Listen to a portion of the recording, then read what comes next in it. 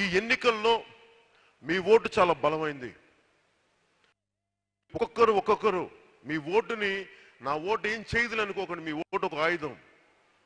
Vote అనే ఆయుధంతో మన భుజాల మీద ఎక్కి దాటేస్తా ఉన్నారు.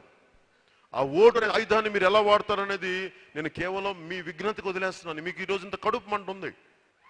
నాతోటి మీరు ఎంత నిస్సందేహంగా మాట్లాడగలరంటే, పాప అడుగుతున్నప్పుడు నీ పార్టీలో వాళ్ళు తప్పు చేస్తే నువ్వేం చేస్తావని అడుగుతుంటే నాకు తెలుసు ఆ ప్రశ్న ఎందుకు అడుగుతున్నారు. నువ్వు అందరిలాగా తయారై వదిలేస్తావా అంటే నేను అందరిలాగా వదలను, తోలు తీస్తాను.